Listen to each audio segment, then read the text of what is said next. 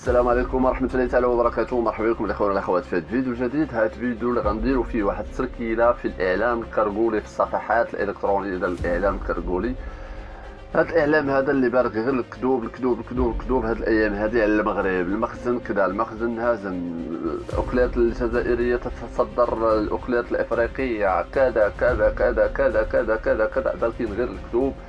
كذب كذب كذب احسن تسيق، كذب كذب كذب احسن تسيق، كذب كذب كذب احسن تسيق. كيبقاو كيذبوا كيذبوا كيذبوا حتى ولاو كيسيقوا داكشي اللي كيقولوا. الاعلام الكرغولي هاد الايام هادي كيروج لواحد الخبر كيقول لك بان المخزن انهزم في الاتحاد الافريقي. انهزم؟ كيفاش انهزم؟ فهمونا، بغينا نفهموا كيفاش انهزم المخزن امام القوه الضاربه ديال التشبون. كيفاش انهزم؟ قال لك اسيدي الجزائر طردات اسرائيل من الاتحاد الافريقي، ومن بعد طردت اسرائيل من الاتحاد الافريقي، ومن بعد قال لك المخزن انهزم. وحنا مالنا، حنا كمغاربه مالنا حنا؟ قال لك لا، نتوما عندكم علاقات مع اسرائيل.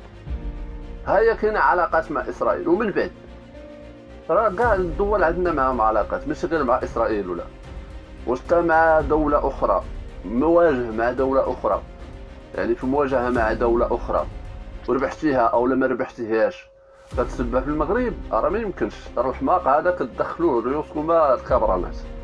ما يمكنش انكم تقولوا شي هضره ما كايناش. نتوما مع دوله اخرى شغلكم هذاك، ربحوها ما تربحوهاش حنا ما شغلناش. ولا راه انت عندك علاقات مع اسرائيل، وعندنا مشكلات. احنا عندنا علاقات مع اسرائيل، وعندنا علاقات مع امريكا، عندنا علاقات مع السعوديه، وعندنا علاقات مع الصين، وعندنا علاقات مع جميع الدول، ماشي غير مع اسرائيل.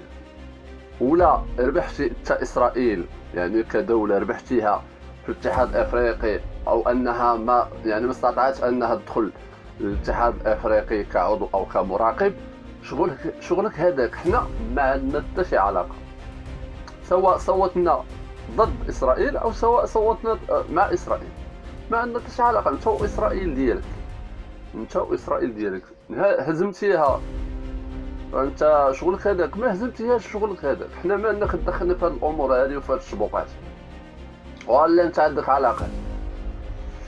ايوا ما غدو مع 10 في اقل ما يمكنش.